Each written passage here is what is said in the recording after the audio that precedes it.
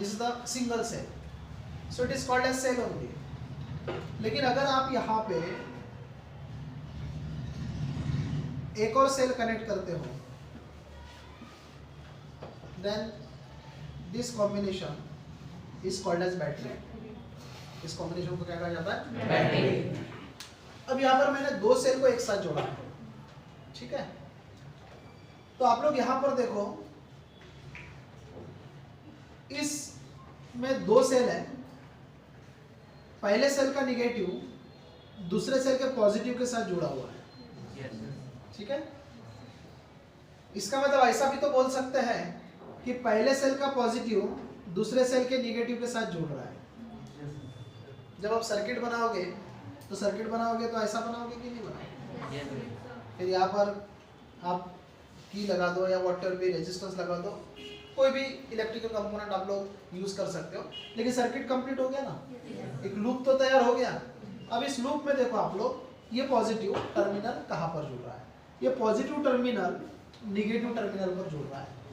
Positive terminal of the first cell is connected with the negative terminal of the second cell, then this combination is called as the series combination. कौन सा combination कहते हैं? Series combination. मतलब पहले cell का positive और दूसरे cell का निगेटिव, या फिर पहले सेल का निगेटिव और दूसरे सेल का पॉजिटिव, जब एक दूसरे के साथ में कनेक्ट हो गए तो उसको सीरीज कॉम्बिनेशन कहा जाता है। तो अभी हम लोगों ने सेल जो कनेक्ट किए एक दूसरे के साथ में, तो ये सीरीज कॉम्बिनेशन है। लेकिन जब हम पैरेलल कॉम्बिनेशन की बात करते हैं तो पैरेलल कॉम्बिनेशन में cell one after another connect नहीं होते हैं। यहाँ पर क्या हुआ, फर्स्ट सेल के बाद में दूसरा सेल कनेक्ट हो रहा है, इसको कहते हैं वन आफ्टर अनदर। मतलब एक सेल के बाद में दूसरा, दूसरे के बाद में तीसरा, ऐसे नंबर ऑफ सेल जो है वो कनेक्ट होते गए तो फिर वो सीरीज कॉम्बिनेशन कहलाएगा। लेकिन अगर आप नंबर ऑफ सेल्स को पैरेलल में कनेक्ट करोगे तो जैसे यहाँ पर दो सेल लिए हमने, पैरेलल में अगर कनेक्ट करोगे तो दोनों का पॉजिटिव एक पॉइंट पर कनेक्ट होना चाहिए और जो दोनों का निगेटिव है वो सेकंड पॉइंट पर कनेक्ट होना चाहिए। मतलब ये दो कॉमन पॉइंट हो गए, जैसे ये पॉइंट ए हो गया और ये पॉइंट हुआ बी, तो ए भी कॉमन पॉइंट हो गए और ये कॉमन पॉइंट, मतलब इन दोनों कॉमन पॉइंट के बीच में हमने दो सेल्स को ऐसे कनेक्ट किया कि दोनों का पॉजिटिव टर्मिनल एक दूसरे के साथ जुड़ रहा है और दोनों का निगेटिव टर्मिनल एक दूसरे के साथ में जुड़ रहा है। यहाँ पर आप लोग देखो, क्या दोनों का पॉजिटिव एक दूसरे के साथ जुड़ रहा है? नहीं। दोनों का निगेटिव एक दूसरे के साथ जुड़ रहा है? नहीं। यहाँ पर एक का पॉजिटिव तो दूसरे का निगेटिव, एक का निगेटिव तो दूसरे का पॉजिटिव। समझे बात को? मतलब पहले का पॉजिटिव दूसरे के निगेटिव के साथ जुड़ता है तो सीरीज कॉम्बिनेशन, तो सीरीज कॉम्बिनेशन। और यहाँ पर दोनों के पॉजिटिव अगर जुड़ते हैं या दोनों के निगेटिव अगर जुड़ते हैं तो वो कौन सा कहलाएगा? Parallel combination. तो ये हो गया सीरीज कॉम्बिनेशन और ये हुआ पैरेलल कॉम्बिनेशन। नाउ पहले हम लोग यहाँ पर एडवांटेज पढ़ेंगे कि सीरीज कॉम्बिनेशन का एडवांटेज क्या होगा, पैरेलल कॉम्बिनेशन का एडवांटेज क्या होगा। इसका एडवांटेज क्या होगा, देखो सीरीज कॉम्बिनेशन में जैसे आप लोग सीरीज कॉम्बिनेशन ऑफ रेजिस्टेंसेस पढ़ते थे तो उसमें नंबर ऑफ रेजिस्टेंसेस लगाते थे, तो रेजिस्टेंस R1 जब लेते थे तो उसके अक्रॉस में वोल्टेज आप V1 लेते थे, रेजिस्टेंस R2 के अक्रॉस में वोल्टेज आप लोग लेते थे V2। तो सीरीज कॉम्बिनेशन अगर है, चाहे फिर वो रेजिस्टेंसेस का हो, चाहे फिर वो कैपेसिटर का हो, चाहे फिर वो सेल का हो, वोल्टेज डिवाइड होता है। क्या डिवाइड होता है? वोल्टेज।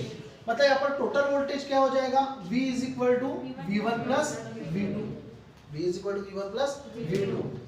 वोल्टेज का एडिशन हो रहा है, इसका मतलब यहाँ पर वोल्टेज बढ़ रहा है। क्या बढ़ रहा है? यहाँ पर वोल्टेज बढ़ रहा है। मतलब आपको किसी सर्किट में वोल्टेज को बढ़ाना है, we have to increase the voltage, resultant voltage, total voltage, then we have to use the series combination।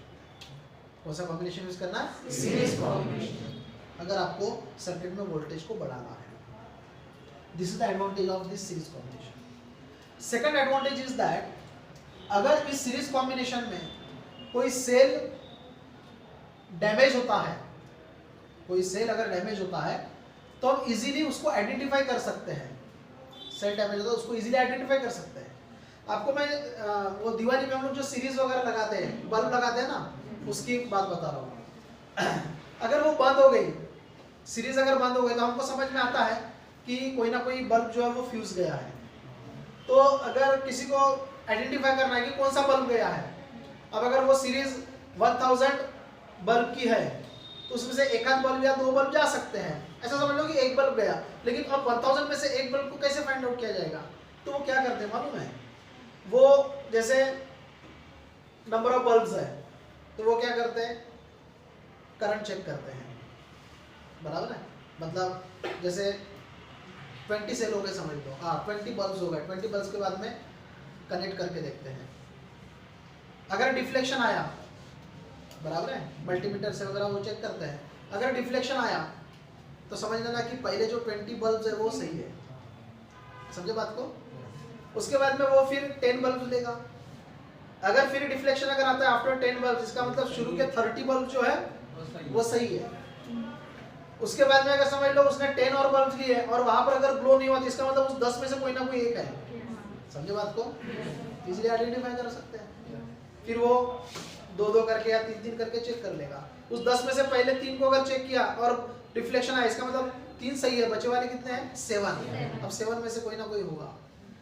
तो इस प्रकार से आइडेंटिफाई कर सकते हैं किसमें? सीरीज कॉम्बिनेशन में। तो सीरीज कॉम्बिनेशन में सर्किट पूरा बंद हो जाएगा, दैट इज द ड्रॉबैक। अगर एक भी अगर सेल अगर खराब हो जाता है, इसका मतलब सर्किट बंद हो जाएगा, क्योंकि सीरीज कॉम्बिनेशन में जो करंट पास होता है वो करंट यहाँ पर भी वही होता है, यहाँ पर भी वही होता है। अगर ये सेल डैमेज है तो बताओ आगे करंट जाएगा क्या? नहीं जाएगा, क्योंकि ये तो डैमेज हो गया, इसका मतलब ओपन सर्किट हो गया ना, ये यहाँ से करंट आगे बढ़ेगा ही नहीं। तो इसका ड्रॉबैक एक है सीरीज कॉम्बिनेशन का कि अगर नंबर ऑफ सेल में से एक सेल भी अगर डैमेज हो गया तो वो जो कॉम्बिनेशन है वो वर्क नहीं करेगा, सीरीज कॉम्बिनेशन वर्क नहीं करेगा। लेकिन उसका एडवांटेज ये है कि आप उस सेल को इजीली आइडेंटिफाई कर सकते हो जो डैमेज हो चुका है, and you can replace it, और आप उसको रिप्लेस कर सकते हो, ठीक है ना। तो इसके दो एडवांटेज हो गए। एक हो गया we can increase the resultant potential, resultant voltage को हम लोग बढ़ा सकते हैं by increasing number of cells, और हम यहाँ पर जो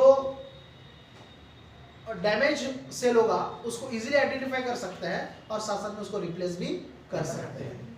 और ड्रॉबैक क्या हुआ? ड्रॉबैक ये हुआ कि पूरा का पूरा सर्किट यहाँ पर बंद हो जाएगा।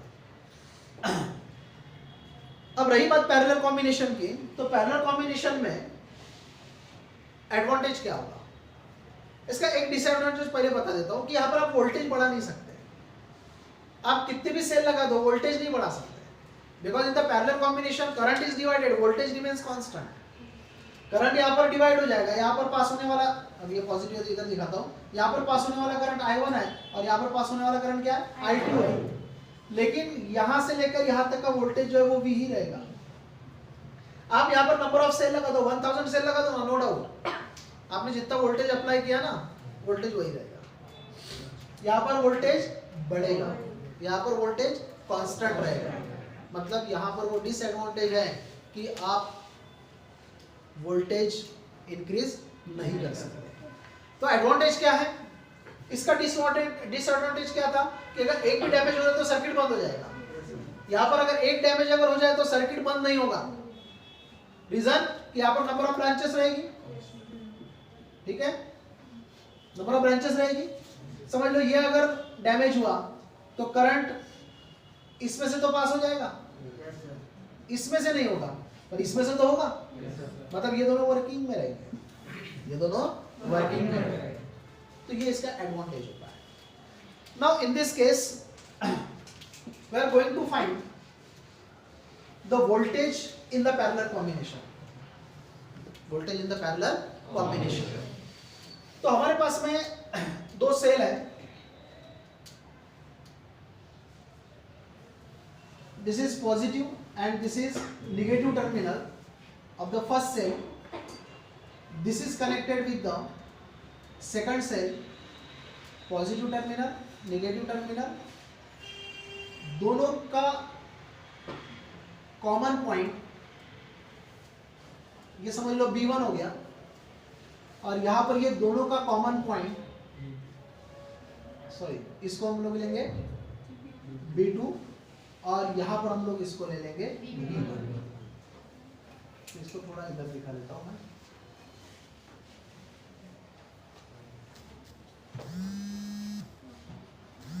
दिस इज B1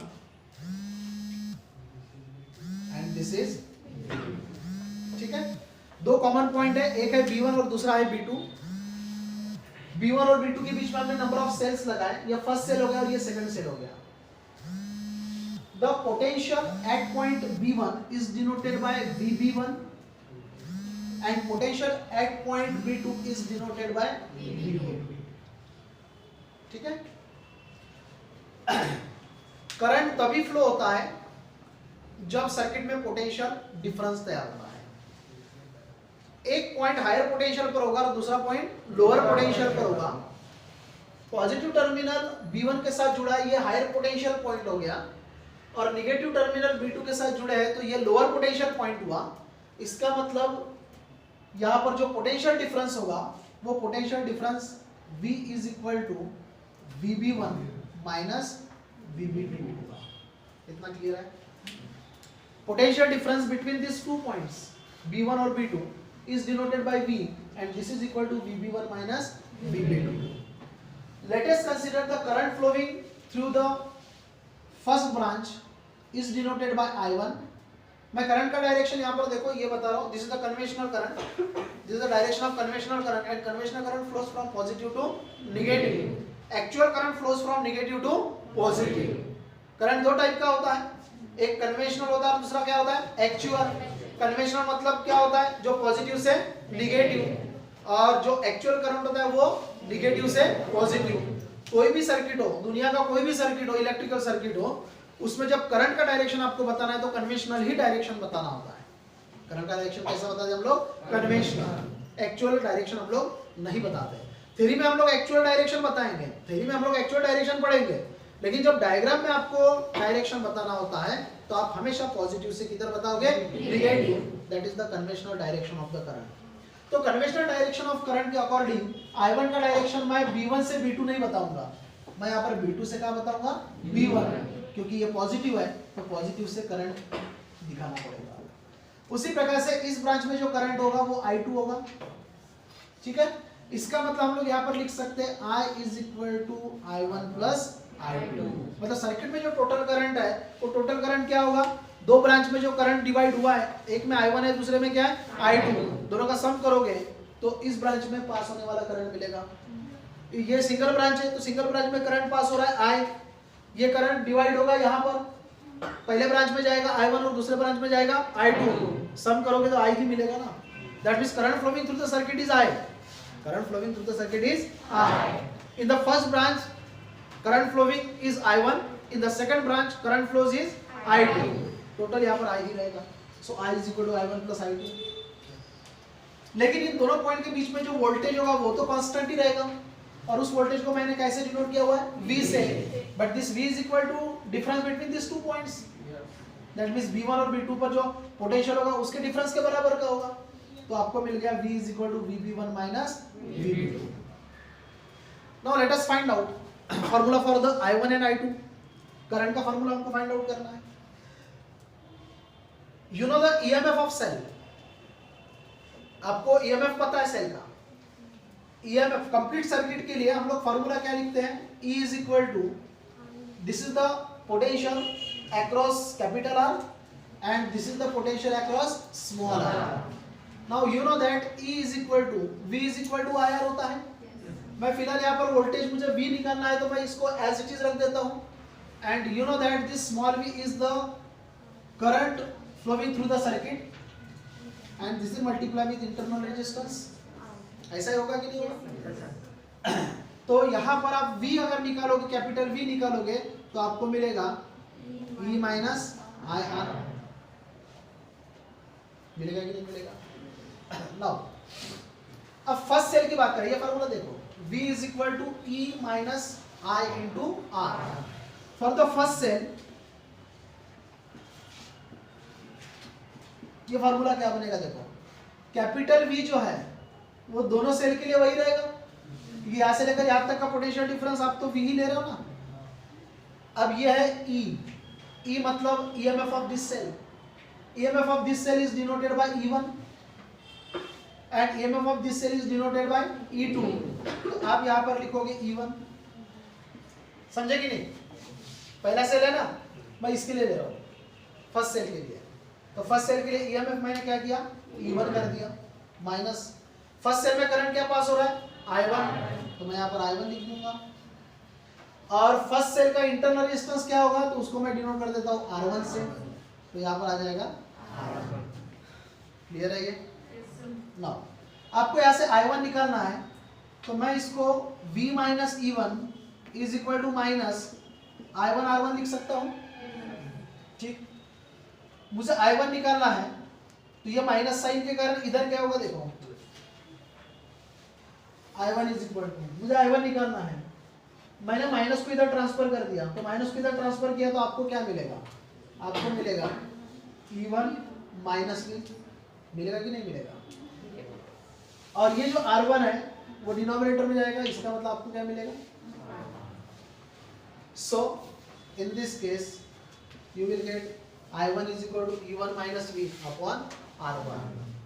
ये आपने फर्स्ट सेल के लिए फाइंड आउट किया, फर्स्ट सेल के लिए फाइंड आउट किया। ये जनरल इक्वेशन आपको पता है, ये general equation E is equal to V plus V, clear है ना? ये इक्वेशन लास्ट टाइम डिस्कस किए थे। This is the EMF of cell, that means energy of the cell. This energy of the cell is divided into two parts. First one is, it is the potential across the capital R, and this is potential across the small r. According to Ohm's law, you know that V is equal to IR. लेकिन यहाँ पर मुझे capital V निकालना ही है, तो इसलिए मैंने as it is रख दिया। लेकिन ये स्मॉल v है, तो स्मॉल v मतलब क्या होता है, again V is equal to IR। तो सर्किट में करंट तो वही I ही पास होगा, और स्मॉल r मतलब होगा इंटरनल रेजिस्टेंस। E मतलब EMF ऑफ सेल हो गया, तो आपको यहाँ से मिलेगा V is equal to E minus I into R। अब हम अपने डायग्राम के अकॉर्डिंग फर्स्ट सेल की अगर बात करेंगे, तो फर्स्ट सेल का EMF E1 है और उसका इंटरनल रेजिस्टेंस R1 है, तो यही इक्वेशन फर्स्ट सेल के लिए क्या बनेगा, तो V तो एज इट इज रहेगा, that is equal to E की जगह पर यहाँ पर आएगा E1 minus as it is, और I की जगह पर आएगा I1 और R की जगह पर आएगा R1। उससे मैंने यहाँ पर फाइंड आउट किया I1, माइनस साइन होने के कारण इसके भी साइन चेंज हो जाएंगे, तो ये E1 माइनस V हो जाएगा, और आपको यहाँ पर R1 मल्टीप्लाई हो रहा है, तो दूसरे साइड में जाएगा तो क्या होगा, डिवाइड हो जाएगा। This is the current flowing through the first branch, मतलब इस ब्रांच में से पास होने वाला करंट है। सिमिलरली यही करंट हम सेकंड ब्रांच के लिए फाइंड आउट करेंगे, तो सेकंड ब्रांच के लिए फार्मूला क्या रहेगा, बनाओ इसी फार्मूला को, क्या बनेगा यहाँ पर V इज इक्वल टू, यहाँ पर क्या लिखोगे E2, वेरी गुड, माइनस यहाँ पर क्या लिखोगे I2, करेक्ट, और यहाँ पर क्या लिखोगे R2, अगेन सेम थिंग। ठीक है, आप यहाँ पर लिखोगे V माइनस E2, अब इसको हटा देते हैं, V minus E2, this is equal to minus I2 into R2, due to this minus sign इसका साइन चेंज हो जाएंगे, I2 is equal to E2 minus V divided by R2। ठीक है, अब यहाँ पर आपको I1 मिल चुका है और यहाँ पर आपको I2 मिल चुका है। अपने पास में दो इक्वेशन है, एक ये वाला और ये दूसरा इक्वेशन है। ठीक है, अब हम पोटेंशियल की बात करेंगे। पोटेंशियल अगर फाइंड आउट करना है तो ये इस टर्मिनल पर VB1 दिया हुआ है और इस टर्मिनल पर क्या दिया है, VB2 दिया है। ठीक है, या इस ब्रांच में करंट पास हो रहा है I1 और इस ब्रांच में करंट पास हो रहा है I2। अब इस इक्वेशन को लोगे तो I is equal to I1 plus I2 मिलेगा। इसमें मैं सब्स्टिट्यूशन अगर उसका करता हूं तो इक्वेशन बनेगा I is equal to I1 की जगह पर आ जाएगा E1 minus V divided by R1 plus E2 minus V divided by R2। ठीक, this can be written as I is equal to E1 upon R1 minus V upon R1 plus E2 upon R2 minus V upon R2. Therefore I is equal to E1 upon R1, ये first term, और यहाँ पर E2 वाला term दिया हुआ है, मैंने EMF के टर्म को पास में ले लिया R2, फिर यहाँ पर बचा हुआ है minus V upon R1 minus V upon R2. Therefore I is equal to E1 upon R1 plus E2 upon R2, minus अगर कॉमन लेता हूं मैं तो मुझे यहाँ पर मिल जाएगा V भी कॉमन ले लूंगा मैं यहाँ पर, तो यहाँ पर मुझे मिलेगा 1 upon R1 plus 1 upon R2. Is it clear? Yes. Now this can be written as I. Take cross multiplication of these two terms. You will get here E1 R2 plus E2 R1 divided by R1 into R2 minus V. Again take cross multiplication of this term. You will get here R1 plus R2 divided by R1 into R2. ठीक है? Now multiply by R1 into R2 to all the terms of the given equation. इस equation के सभी term को, left hand side और right hand side के term को R1 into R2 से मल्टीप्लाई कर दो, तो यहाँ पर आपको मिलेगा I R1 into R2 and this is equal to, you will get here E1 R2 plus E2 R1, और ये क्या होगा, कैंसिल हो जाएगा, minus V R1 plus R2. ठीक. Now you have to find potential V. आपको potential V निकालना है, तो ये टर्म जो है इधर ला लो, तो आपको यहाँ पर मिलेगा I. ठीक है, this is multiply with R1 R2, this is minus E1 R2 plus E2 R1 is equal to V times, sorry, minus V times R1 plus R2. Due to this minus sign इसके sign change हो जाएंगे, equation बनेगा V times R1 plus R2 is equal to E1 R2 plus E2 R1 minus I times R1 R2. इस R1 plus R2 को मैं right side में shift करता हूं तो मुझे मिलेगा V is equal to E1 R2 plus E2 R1 divided by R1 plus R2 minus I times R1 R2 divided by R1 plus R2.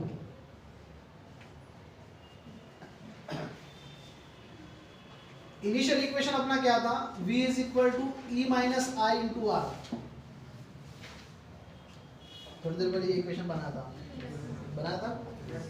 V के जगह पर V मिल रहा है, टोटल पोटेंशियल, रिजल्टेंट पोटेंशियल. ये जो E है इसके जगह पर E1 R2 plus E2 R1 divided by R1 plus R2 आया. ये जो R1 R2 है, these are the internal resistance of the cells. ये सेल्स के इंटरनल रेजिस्टेंसेस है. तो ये जो कॉम्बिनेशन है, ये कॉम्बिनेशन मतलब एक्चुअली इक्विवेलेंट ईएमएफ होता है. इसको डिनोट करते EQ से. इक्विवेलेंट ईएमएफ है मतलब दो सेल है अपने पास में और दोनों सेल का जो ईएमएफ है उस ईएमएफ को अगर ऐड कर दिया जाए विद द इंटरनल रेजिस्टेंस तो आपको टोटल वैल्यू जो मिलेगा उसको ई इक्विवेलेंट कहा जाता है. क्या कहा जाता है? ई इक्विवेलेंट. क्योंकि R1 जो है उसको क्रॉस करने के लिए जो V1 सॉरी मतलब स्मॉल v जो तैयार किया जाता है वो E से ही तैयार किया जाता है. मतलब E जो है वो वोल्टेज, कितना वोल्टेज तैयार करता है उतना ही वोल्टेज तैयार करेगा जितना स्मॉल r को क्रॉस करने के लिए लगेगा. तो आप जब यहाँ पर कॉम्बिनेशन लोगे इंटरनल रेजिस्टेंस और ईएमएफ का, तो ये एक्चुअली जो सेल के ईएमएफ है, जितने भी सेल्स रहेंगे सर्किट में, उसके जो ईएमएफ है उनका इक्विवेलेंट कहलाता है. So in place of this one you have to write just EQ. EQ मतलब क्या हुआ? इक्विवेलेंट. इक्विवेलेंट मतलब टोटल होता है, रिजल्टेंट कहलाता है. तो ये रिजल्टेंट ईएमएफ हो गया. माइनस नेक्स्ट वाला इक्वेशन देखो, यहाँ पर IR इंटरनल रेजिस्टेंस की टर्म आ रही है, तो यहाँ पर I बराबर आ रहा है. ठीक है. अब सेल अपने पास कितने हैं? 2 हैं. इंटरनल रेजिस्टेंस कितने होंगे? 2. पहले का इंटरनल रेजिस्टेंस R1 और दूसरे का क्या होगा? R2. ये दोनों सेल पैरेलल में लगे हुए हैं, लगे कि नहीं है? और पैरेलल कॉम्बिनेशन में रेजिस्टेंस क्या होता है? पैरेलल कॉम्बिनेशन में रेजिस्टेंस 1/R = 1/R1 प्लस 1/ क्या होता है? R2. ये रिजल्टेंट हुआ. करो इसको सॉल्व करो तो 1/R = R1 plus R2 divided by क्या होगा? R1 × R2. इसका रेसिप्रोकल लोगे तो R इक्विवेलेंट मिलेगा आपको. क्या मिल रहा है वहां पर? R1 × R2 डिवाइडेड बाय क्या हुआ? R1 plus R2. यही टर्म वहां पर रिपीट हो रही है. मतलब वही इक्विवेलेंट हुआ कि नहीं हुआ? मतलब इंटरनल रेजिस्टेंस का इक्विवेलेंट ये टर्म है और ईएमएफ का इक्विवेलेंट मतलब ये टर्म है. So this can be written as V = E equivalent minus I times R equivalent. आपने 2 सेल लिए थे, 2 सेल लिए थे और दोनों सेल का आपने इंडिविजुअल फार्मूला बनाया था. V का अगर फार्मूला यहाँ से बनाओगे तो इंडिविजुअल फार्मूला बनाया था आपने. यहाँ पर आपने E1 लिखा था और यहाँ पर आपने E2 लिखा है. ये E1 E2 मिलाकर ये हो गया. ठीक है. और उसके बाद में आपने यहाँ पर माइनस लिखा है, यहाँ पर माइनस लिखा है तो बराबर माइनस आ गया. यहाँ पर करंट आपने I1 लिखा है, यहाँ पर क्या लिखा है? I2. दोनों का कॉम्बिनेशन क्या हो गया? I हो गया. और यहाँ पर इंटरनल रेजिस्टेंस कितना है? R1. यहाँ पर कितना है? R2. दोनों का इक्विवेलेंट क्या हो गया? R equivalent. समझे? मतलब आपने फर्स्ट सेल लिया, सेकंड सेल लिया, दोनों सेल का करंट इक्विवेलेंट करंट I आ गया, दोनों सेल का इक्विवेलेंट ईएमएफ इक्विवेलेंट आ गया और दोनों सेल का रेजिस्टेंस जो है वो R इक्विवेलेंट आ गया. ठीक है. तो यही फार्मूला हमको डिराइव करना है. कोई डाउट है?